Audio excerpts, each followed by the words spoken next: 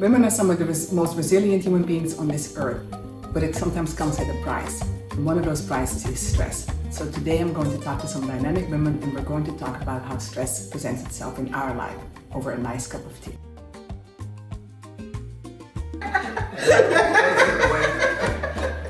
Okay, you ready?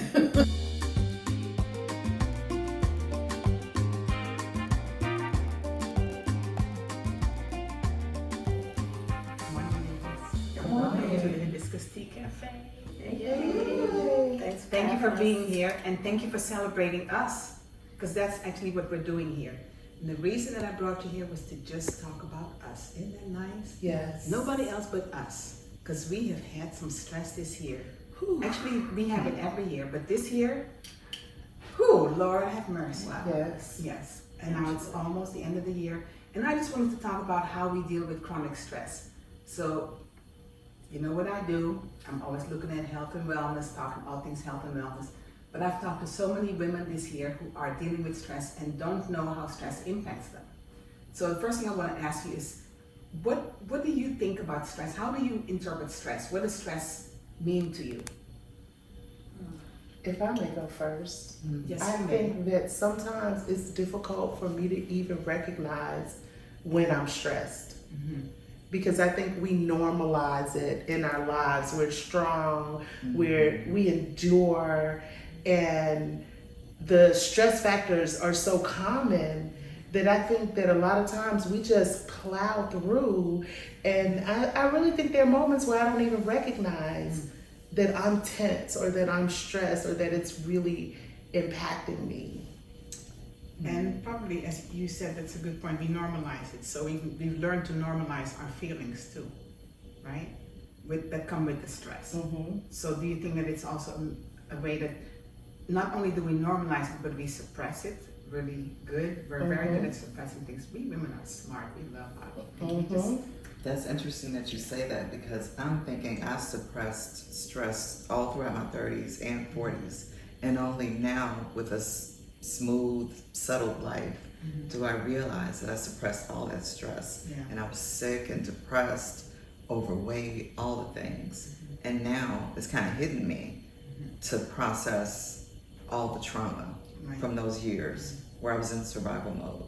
So that's another level. Like, what do you do after you realize all the stuff that you've sort of suppressed needs to be processed at some point? And it kind of usually happens to people in their 50s. Yeah. Because you're settled, the kids might be gone, and it's like, it's just you. So now you got to deal with you. Yeah. No, I agree with that. And what do you think? Well, to piggyback off of what both the sisters just said, I feel like also, since now that I'm in my 50s, what I experienced on the cusp of me turning 50, I ended up in the hospital. And the doctors gave me a myriad of diagnoses, but they were befuddled because they were like, we can't even pinpoint one thing that landed you in here, except for one thing that was the catalyst, which was stress. And I think that stress is a generational thing. We learn how to handle it or not handle it by the women in the generations that came before us. And I noticed none of the women, my grandmother or my mother, handled stress as if it was even something. We just, like you said, we just force our way through things because things have to get done. And for me, what is cathartic is sometimes I just have a good cry. I don't know why I'm crying. It's a combination of things or a combination of reasons. And then once I feel like I've gotten it out, I go back to what I have to do. But I have a really good friend who told me, don't try to surpass your feelings. When you're upset, you have the right to be upset right now. If you want to feel sad right now. Don't try to make jokes like what I do sometimes. I'll make jokes and be funny and try to suppress it. But then I learned, I said, you know what, she's right. I feel sad right now. I might pull myself away being at a party and go in the bathroom and I might bawl. And then I'll clean up and then come back to the party and say, I deserve to be happy again now. And I'll rejoin. That's, a kind of way to balance. And that's just the stress that we experience in our personal lives. And actually not just because there's probably a lot more, but we haven't even touched on the stress that we experience coming up, going to school, developing our career, and maybe getting the credit that we deserve, and maybe not. Maybe being acknowledged, and maybe trying to prove ourselves. So because I think that you are dynamic women, I also want to have the audience know who you are. So let's start with introducing ourselves a little bit. Kim? Sure. I'm Kimberly. I'm a consultant in fundraising and creative arts. Awesome. I'm Daisy. I'm a natural hairstylist. I also make wonderful homemade natural products for the hair, body, and home. And I'm also a life coach. I'm Saeida. I'm also a creative. Been a mentor and educator, as well as I don't want to say party girl. Of course, why not? That is a specific profession, absolutely, even though may not think of it as such, but I do. Because not everybody knows how to party. That's true. So yeah, so you gotta have somebody who knows how to party.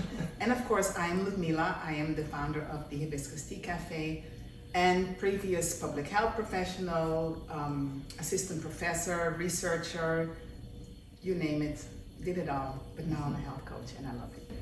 So the other thing that I want to talk about is stress in our careers. So the reason I think that's so important is because I realized after 50, not before 50, how stressed out I was just, first of all, accomplishing school, right? Making sure that I made it through high school, made it through college, made it through medical school, made it through, which I didn't finish because I started having a seizure disorder. Made it through my doctor of public health. Made it through the health coaching, made it through plant-based nutrition. Everything, as a woman, I've always felt like I needed to do this because, number one, your family just expects you to do well. So it's almost an unspoken decision that you're gonna get this done. There was no dropping out of college. There was no dropping out of anything. And so when I did go to medical school, and in the third year, after the second year, I was found in the library. I had 11 seizures and I had to come out. I didn't want to do it. And the dean said to me, you're going to kill yourself, you got to come out. But that in itself made me feel like such a failure. That my whole time, I was like, I got to go back because I got to prove myself, because my parents told me that I have to do this. And they came here as immigrants and I want to prove myself, and it's not fair to my parents. But I never thought about myself. All I wanted to do was to make my family proud. And I realized that made me very sick, very sick. Then, not to mention having a baby, right? You have your baby, but you want to be a good mom. You want to be a better mom than your mom has been. And then society puts these other pressures on you, and you have to just keep going. You have to just keep everything going.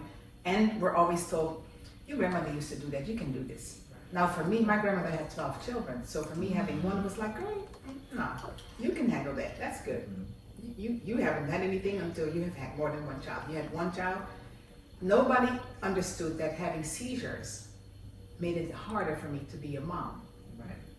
All they equated with was you only had one. Matter of fact, there was shame on me. Shame on you. You want to work on Capitol Hill, you need to have more babies. One is none. And I carried those stresses with me for a long time before I realized that, you know what? No, I deserve more than that. And I shouldn't have to live for everyone else except for myself. So it took a lot of self-love and self-study, first of all, counseling, all kinds of therapy, to understand that, no, you don't have to do all of this. What you're saying is so important because, we talk about stress and all of the stress factors. And one of the things that you just touched on that I think is huge is the expectations that are placed on us by society. I don't have any children. So imagine, I'm 50, and I don't have any children. I'm fine with it. but other people find it to be strange. And so I think that, we carry a lot of pressure and a lot of stress just from what people think of us. And I don't know, I just turned 50 last week, and I feel like, Congratulations. thank you. I'm excited about it, but the thing that's most exciting to me is I feel like since I hit 50, I reached an intolerance for worrying about what people think of me or what Cheers their to that. expectations. And that, to me, that's the best gift of 50. Yes. And I feel like that's going to create a lighter That's freedom. feeling for myself as I move forward. Because that's a cross to bear, especially as a woman. Oh yes. We put ourselves in a jail based on what other people think about us. Like we make these agreements. Remember that book, The Four Agreements? Yes, Anybody read that? I did. I just reread it 3 times. yesterday. I read it 3 times. And I was like, I forgot about how good that book is. Like if you live by those 4 things, you can have a happy, free life. It's true. Free of stress. It's so true. Integrity, keeping your word. Keeping your word. And then one of the things Don't about make this assumptions. Don't take it personally and do your best. Oh my gosh, that's good. One of the things that I wanted to say about the keeping your word that I found to be really empowering is when I first thought about keeping my word, I thought about the importance of keeping my word with other people. But you know what's even more powerful than that? What? Keeping your word with yourself. Yeah, you create stress when you lie to you because you know you're lying to you and you're hurt by it. And it's You easy feel to it. dismiss your own promises to yourself. It's easier to dismiss that than the promises you made to other people. Yeah. But when you honor your word to yourself, then that's like it deepens your relationship with yourself and the self-love factor. And I think that self-love is such a foreign concept as you grow up. I'll say for myself, in my family, and I have a huge family, we never talk about self-love. It's all about doing for others. And so I grew up knowing that, the way to be the best is to be able to do for others. That's our generation. Not for yourself, right? I remember when I met my husband, I wanted him to know that I was the best cook. I made the best food. And because my siblings aren't really the best cooks, I was proud. I'm like, I can make all this Suriname food. Let me show you this Caribbean food that you've never had. Let me introduce it to you. And then make it so that I could brag about how I make it, and I make it just like my grandmother did and like my mom did, and so on. But I also watched the women in my family just do everything that they could do. Just do.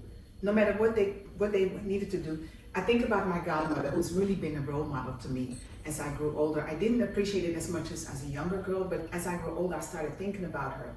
So my godmother went to the Netherlands in the 50s, and she was the first Black woman to open up her home to other immigrants to come to Rotterdam. And so most of the people that I know in my life in Rotterdam have spent time at her apartment building because she gave them a roof over their head. That was the first place that they could stay, get room and board, get food, and then whenever they found a job, they could go or get their career going. They could go and do whatever they needed to do and start paying, or leave and go get married, do whatever they needed to do. But it was their what do you call it? It was a landing pad coming out of Suriname. And then she had her own career. Most of it was being an entrepreneur. She and her husband did the entrepreneur thing. They had a cafe. But in my later years, she went back to Suriname and adopted 14 children. Wow. 14 children out of the interior. They were all maroon children. And she ran that household in a wheelchair and cooked every day. This your godmother, right? My godmother, Okay. my father's older sister, yes. Wow. And when she passed away, it was like, oh my gosh, this is one of my heroes. But I used to go to Suriname every year and just go visit her and just watch her take care of these children in her wheelchair. And don't tell her you're gonna cook. No, she's gonna do it. And that woman was brilliant. But at the same time, I wondered, did she ever do anything for herself? Because she was doing, from the minute that I was born, I've known her to be somebody to do for others all the time. And then when a mother is like that, she gives everything to Right. the kids. What's left. The kids Right. see you not take care of you, and they mimic that behavior. Yes. They don't take care of you either. Yes. They don't know what that looks like. Well, and then, but also the other thing that I thought was interesting was when I think about her often, and I thought, wow, yes, she's taking care of everybody else for a long time, for almost all her life. She died in her 80s, right? But then I'm wondering, what would it have been like if she had said, I'm gonna go travel the world? Would they have judged her? Yeah. Or if she had told the children, you know what, I'm gonna find babysitters for you because this month is my month. That wouldn't have been acceptable. She did not have that. That didn't happen. But I noticed also for Black women specifically, I really want to talk about us because we are expected to be resilient. We were resilient from the minute we were born. We were even more resilient when we got on that middle passage. When we got off, we were supposed to just do whatever we could do. Take the abuse, take the food and make the best out of it. Know how to create the best fried chicken, make the best chitlins, make the best scrapple, you name it. We did the best. And then support our husbands, support our family, and make sure that we took care of the children. And then once we started working. Oh wait, and you gotta look good too. And you go, oh, I'm You're sorry. gonna like cheat on you if you don't look good. I'm sorry. Yes, honey, you need to look good at all times. Right. And then you start working. So now we get to start working. So I'm skipping over a whole bunch of stuff, I know, but now we start working. And at work, we're not always appreciated. No. And if we think about what's going on this year, now for some of you that may be uncomfortable, but I'm gonna bring it up. Look at how many Black women have lost their jobs. How many Black women who are the most powerful Black women, the most brilliant ones that you can imagine, have been attacked for their accomplishments. This whole DEI thing, when we were the least to take advantage of that. So those stresses, now those may not have been our stresses, but they become our stresses because they look like us. And if it happens to them at that level, it can happen to us at a lower level. So I have been talking to women about that, like, how do you feel about this? How do you feel about seeing other women so stressed out, accomplishing so much, and yet getting so little in return, and still keep it going, keep that smile, looking good, keep it going, keep accomplishing. What does it do to you? I think that there's so many powerful things that you just said. I was just trying to keep up with what, yes. I think that what God is doing at this moment with all that's happening is to prove that we need to be doing all this for ourselves. You're not appreciated, create the space to be appreciated in. Create the space. You want to take away people's history and take out the books? We're responsible to teach our kids their history. We have to create our own kingdom and queendom.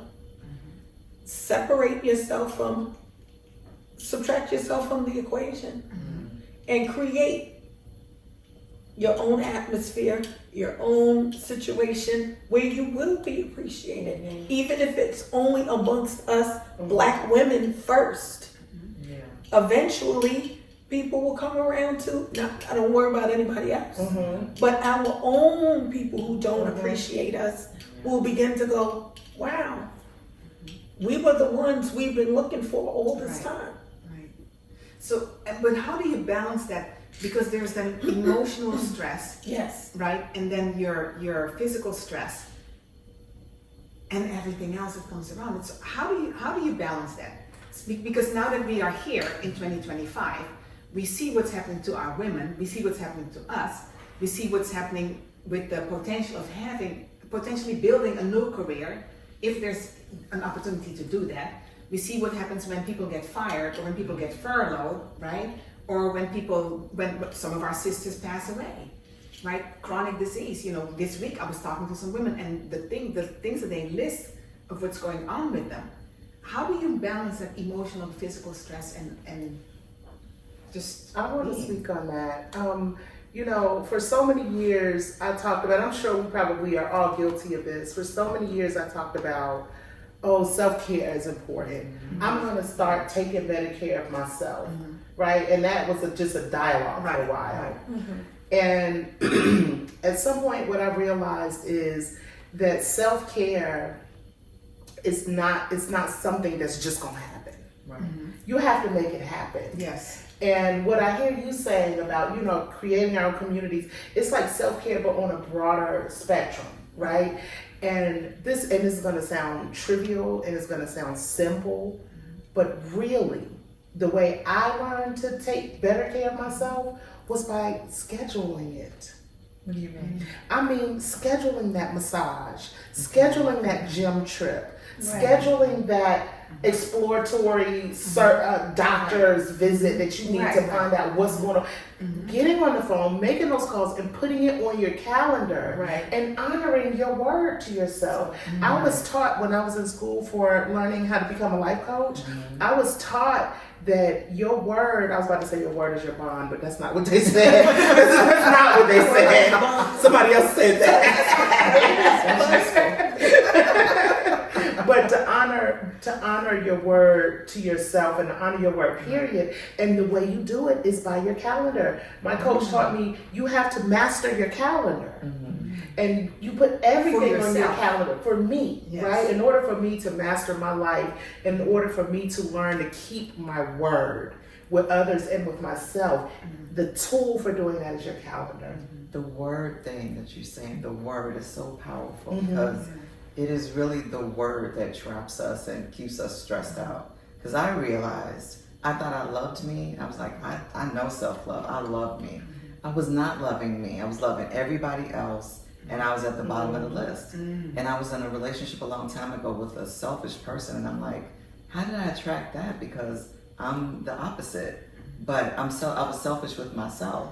And I realized I'm at the bottom of my own list. I don't love myself. What am I really doing to feed my spirit? So now every day I have to get up and ask myself, what's going to make me happy today? How can I create joy for myself and others? So for me, I had to go internally. What can I do for me to be happy? And then what can I do for others equally? Because that's the only way that I can create joy. It's like giving back and doing stuff for other people. It's a balance. Because I know a lot of times we think self-love can be selfish. And selfish is good, but it has to be within a balance. You can't just be all about yourself, you know. I mean, you can, but Of course. Well, but it's a balance. love for yourself. You won't lie to her because you hurt yourself. Exactly. So she may think that you're treating her really well, but you really are loving yourself. Yes. And you know, on that note, also not just about saying to somebody else with something about yourself, but also about them. I think that when people do you wrong, you have the right to say it instead of saying, "Well, it's okay, don't worry about it." Honor your feelings. That's what Honor your you feelings, said. because that goes back to that suppressing, right? And for so long in my situation, it's been like, don't worry about it. Don't make trouble. Yeah. And as a child, y'all know I love to talk, so I was like, just stop talking. Yeah.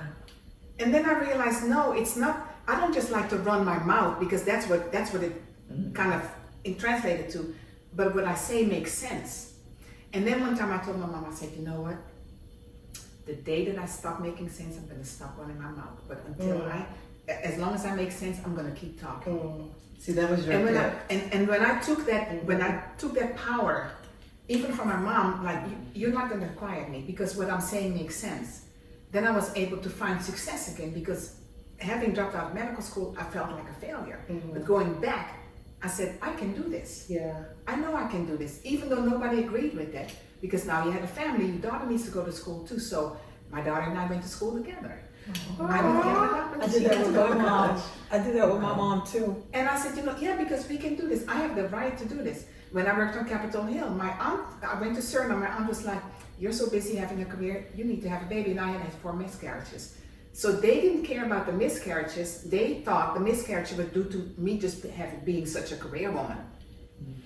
But I needed to uphold the family tradition and figure out whatever happened with those 4 miscarriages, you still need to make another baby because the one that you have, no, that's not enough because your grandmother had 12.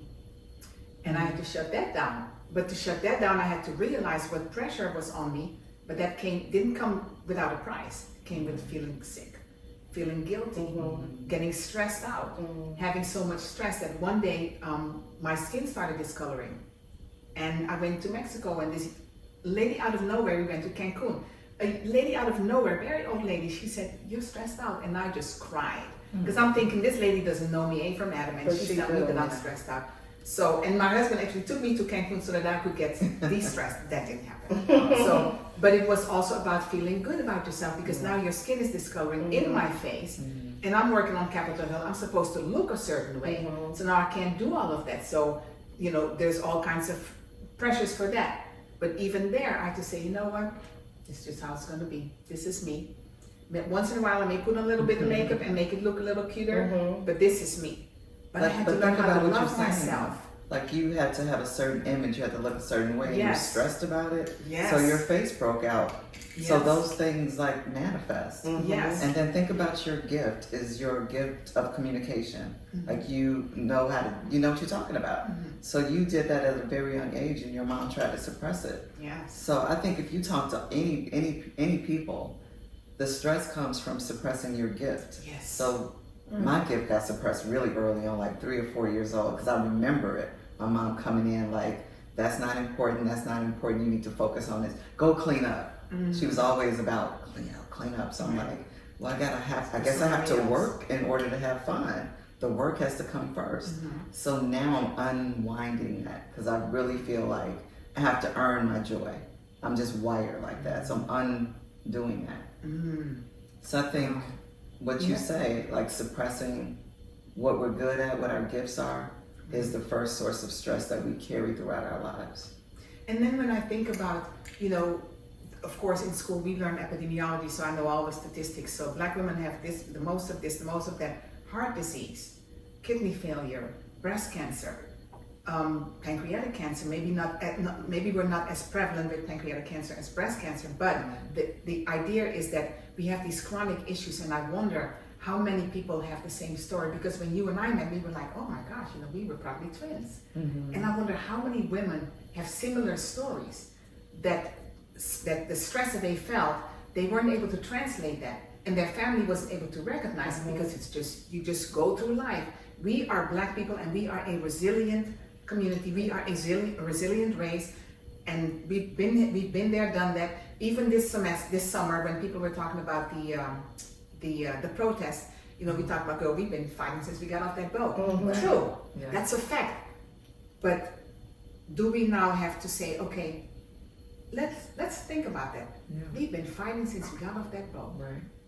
Isn't it time to start looking at ourselves and say, can we take care of ourselves first? And I feel that somehow people are getting there a little bit, but if we don't put it out in the forefront, we kind of skip it sometimes. And some people know it and not everybody knows it, right? And depending on what we're exposed to.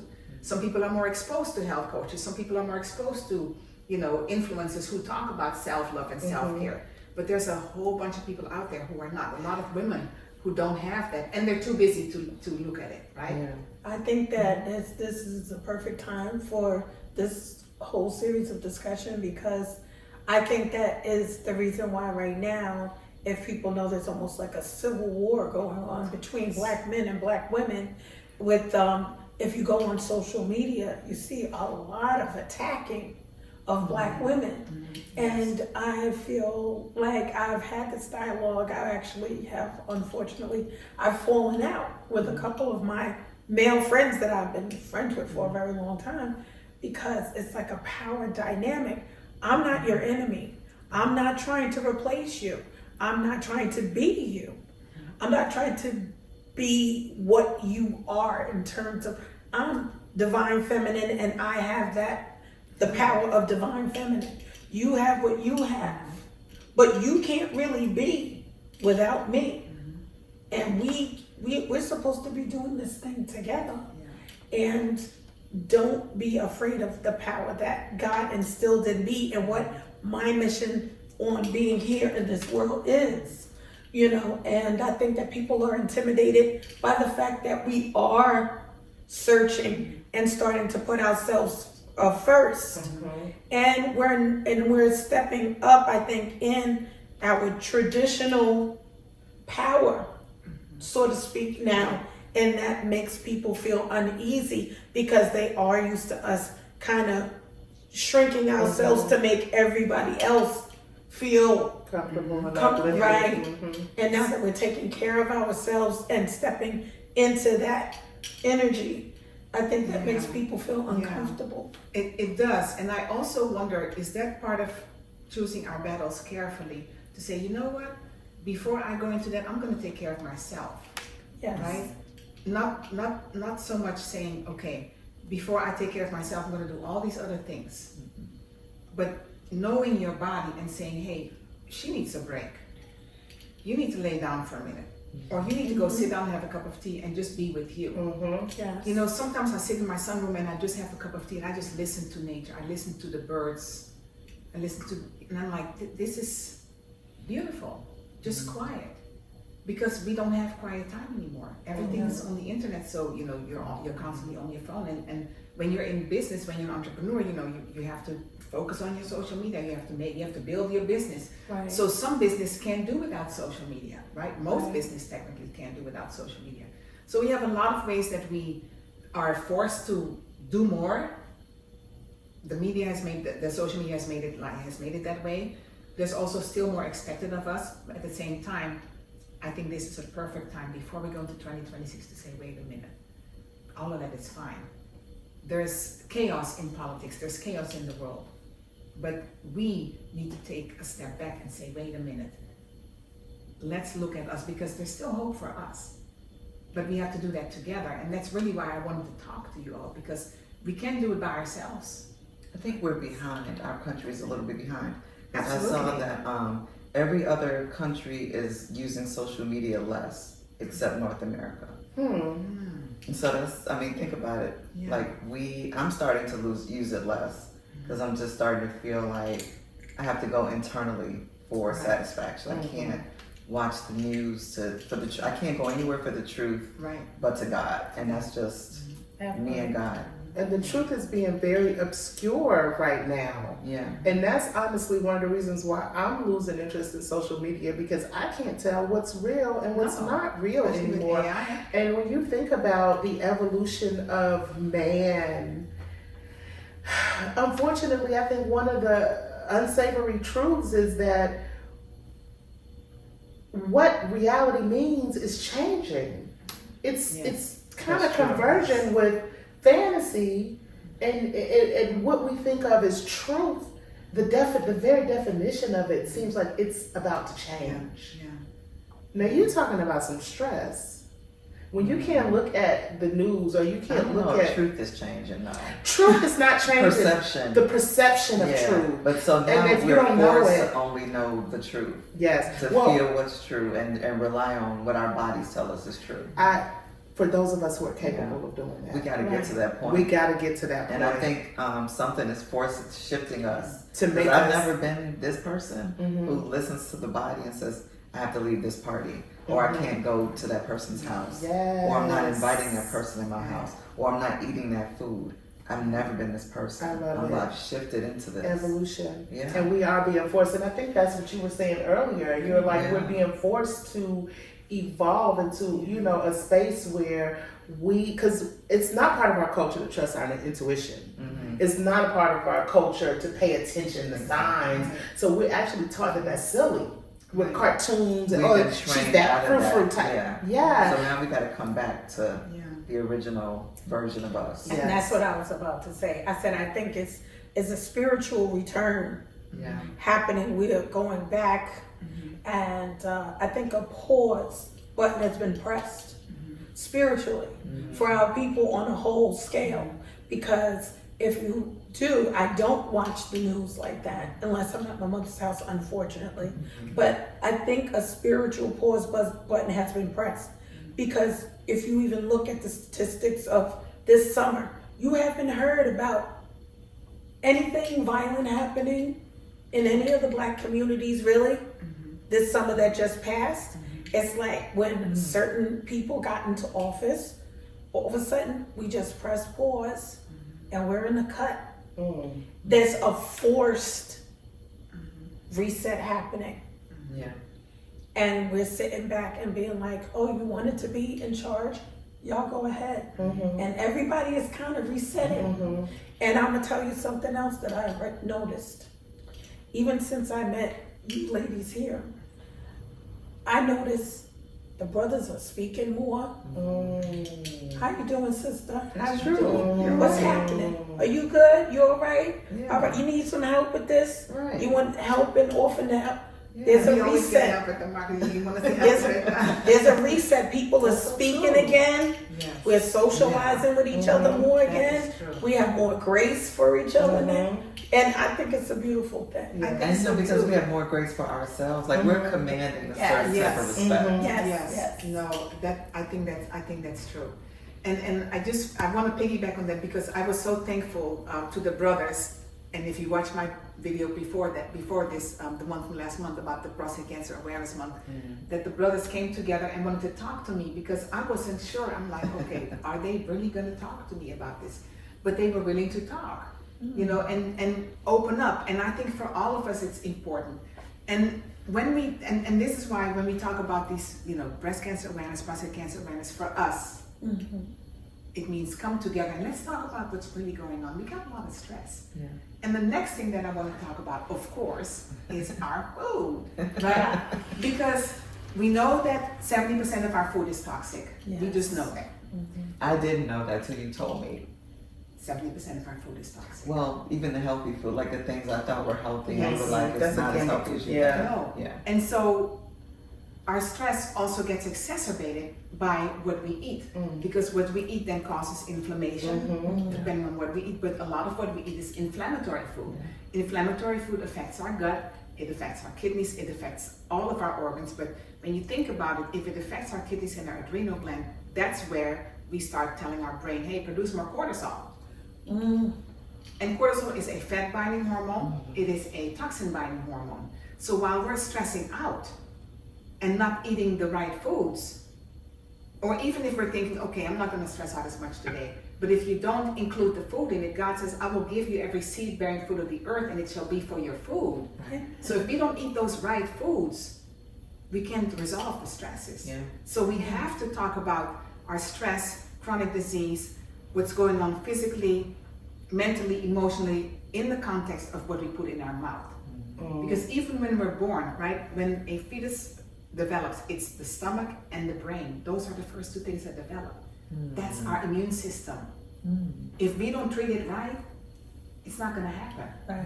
So I think that part of us stepping back and letting all this chaos happen over there is to say, we're not saying that we're not impacted by it, but maybe this is my time to start looking at how do I really treat myself? Right. Because we treat our car much better than we treat ourselves. Because girl, if I stopped in front of your house and said, Daisy, my car just broke down, you wouldn't give me olive oil No. because it won't work, right? Right. We go get that tune-up religiously because we know that car needs a tune-up. So our body needs those same tune-ups. Yeah. But not just the whole body, every cell needs that tune-up. So if we don't tune up everything in our body to make sure that we take care of ourselves and create a whole food lifestyle, then all these other things are just a moot point. Yeah. Because you are what you eat, and that's not just rhetoric, it's true. Yeah. You are what you eat. So to deal with stress is better. I also feel that when you're eating the right thing, well, it's not what I feel, it's actually scientifically proven, your mood changes. It does. Yes. You become more positive. I know when I became plant-based and my husband became plant-based, we dealt with each other much better. You know, and you know, but of course, former First Lady Obama, Michelle Obama, she said, if you're married for 40 years and you have 10 good years, you're good.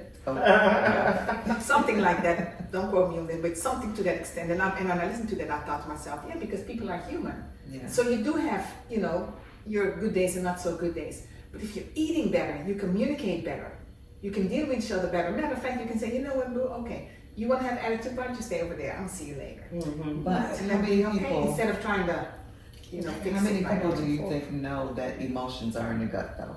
Like really? Very few, very few. But this is why I want to do what I'm doing, because I want our sisters especially, but women in general, to know that your food is sacred. Your food is more than just something that you eat emotionally. You know, what you just said was really powerful. And, you know, it ties into what we were saying earlier about how when we endure stress or we endure these emotions, really what we do is we push it down Yes. And we Still push it down exists. into our guts, and then Yeah. it turns into disease. Yes. Yeah. You Yes. know, and so this is all, it's all connected. That's why it's called holistic lifestyle. You Right. said a lifestyle. We're not talking about eating right for a couple of days. We're talking about a lifestyle, doing it in a way where you can Sustainable. incorporate, where it's sustainable for you. And I think it's so important to talk about this whole, gut health, what we're eating, because we like to talk about self-care. Right. And a lot of times we equate that to going to the spa or getting our hair done, our nails done and getting some new makeup. It feels good. But really, when I'm thinking about self-care, and that is part of It it. is. But what about what's going on inside? Like, I don't want to see you talking about you got no makeover if you're not going to do a make under as Right. well. Say that again. All And of then that. also think about the pain that we manifest, I like love the it. backaches, the hair, like when my hair Yes. fell out. Yes. My hair, my skin, and my back. So I had to think about the fact that I'm carrying so much. Like when I first moved here, my kids, I had so much on my back. And my back just gave out on me and I had to have surgery.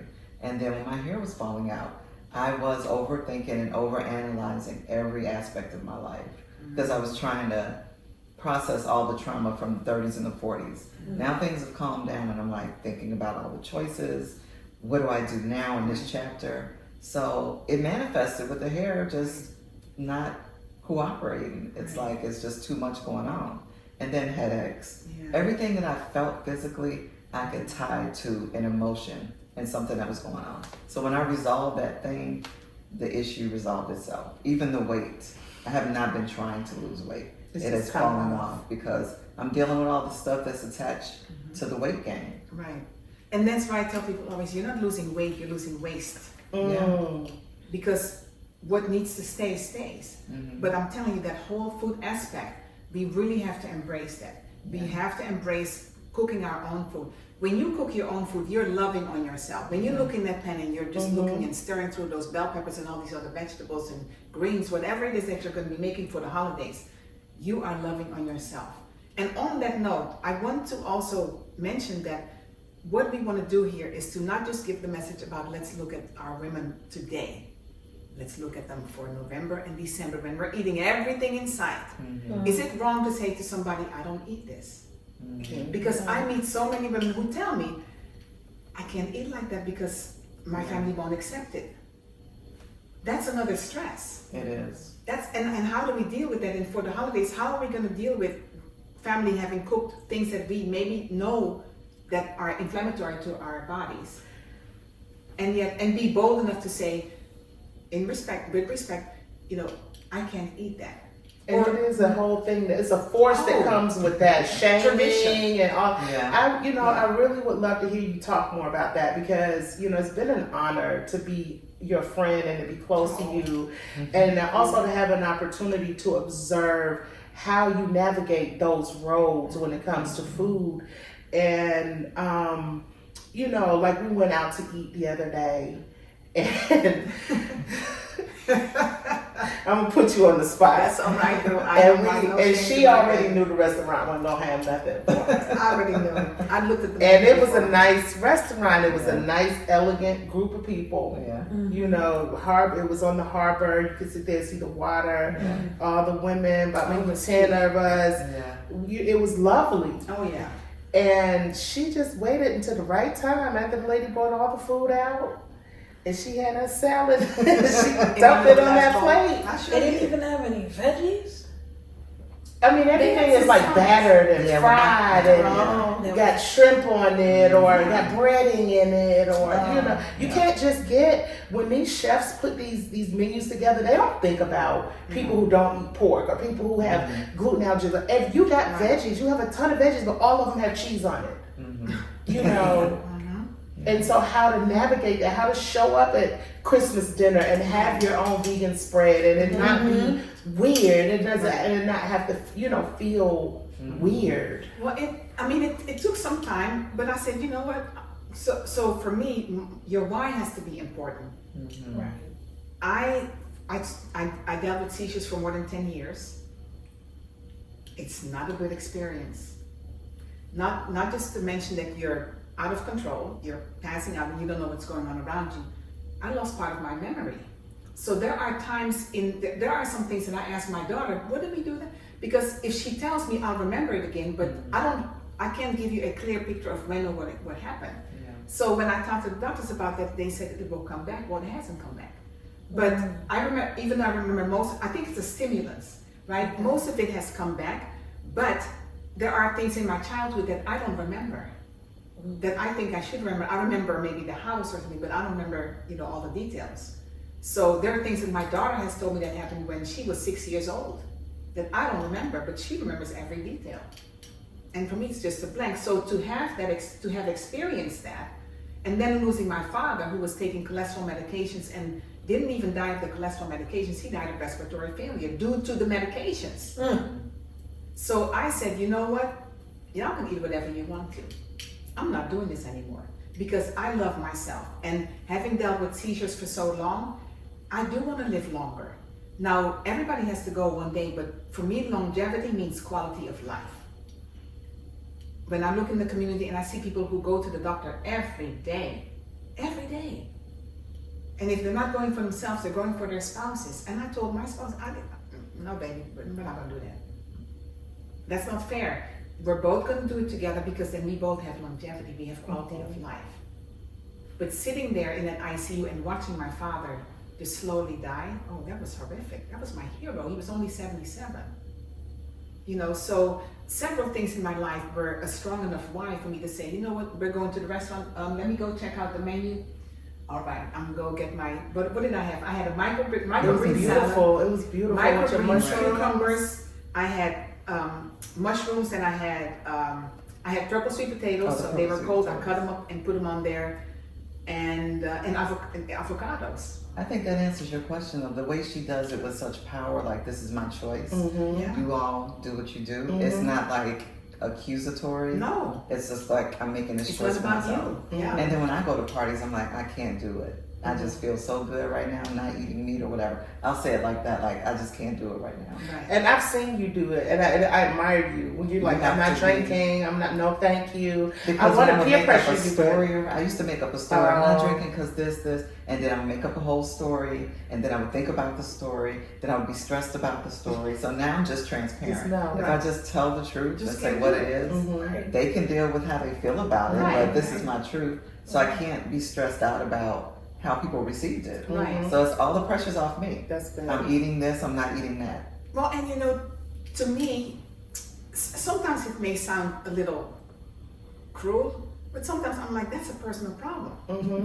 The fact that you have a problem with what I'm eating. My choices. Yeah. Because I'm trying to be healthy. Yeah. So, when people tell me, oh, I wish I could do that. Well, if you want to do that, you got to take the seizures, the brain surgery, all of the stuff. But if you don't want that package, you don't know what I've dealt with to be where I am right now. So then for you to have a problem with why I do what I do, that's a personal problem.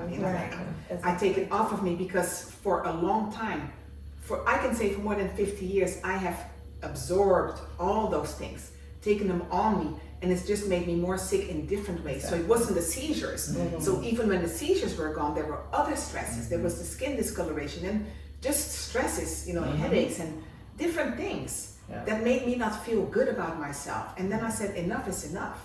I have to feel good about myself. And that's why you have to also love your home. Right. Because if it means that, okay, well then I'm not going to join that party, I'm good in my house. Now for the holidays, of course, we all want to engage, and it's tradition. But tradition should not kill us. That's what I say. Tradition should not kill us. Yes. And if we now know, Maya Angelou said, the great Dr. Maya Angelou said, when you know better, you do better. Wow, this was like really such a great healing meeting and conversation that needed to be had. I really enjoyed what everybody brought to the table with this. It was very healing and comforting for me. And I wonder what's going to be next. It really was. I want to do something about the mother wound. Like talk about our upbringing and the effect it has on our lives now. Yes. That's great. I think that's great. I think when we have our next discussion, I really would like to talk about how we push our emotions down. We call it being strong, but really a lot of times we're just pushing our emotions down down, it gets into the gut, and then it turns into disease. And you know, the importance of unpacking and honoring our feelings and unpacking what's really happening and taking accountability and doing the work to resolve it versus just pushing it down. Yeah. I am interested in us celebrating and reconnecting with our inner child. Yes. Yeah. And healing that and bringing that to the forefront to our current selves. Yeah, we need that. And we're going to bring it all together with some food. Yes. We are going to talk about food and mood. And next month, I really want to focus on holiday food. Because again, tradition shouldn't kill us. But it actually does. It does it very slowly. Yes. But if you think about how much heart disease we have and how many times we how many times we turn on those genetic switches, right? Because genes are just like light switches. We turn them on and off with our food. So I want to talk about all of that. And to start off with that, we're going to say thank you, ladies, for coming here. And we'll be back in November, but we're gonna have a purple sweet potato muffin when we're done. Are you ready? Yes. See you next time. Thank you all. Thank you so much for joining us at the Hibiscus Tea Cafe. It is not too late to like and comment on our channel, and make sure you subscribe so that we can continue to bring you more valuable information. And until next time, take care of yourself. Health and wellness is yours.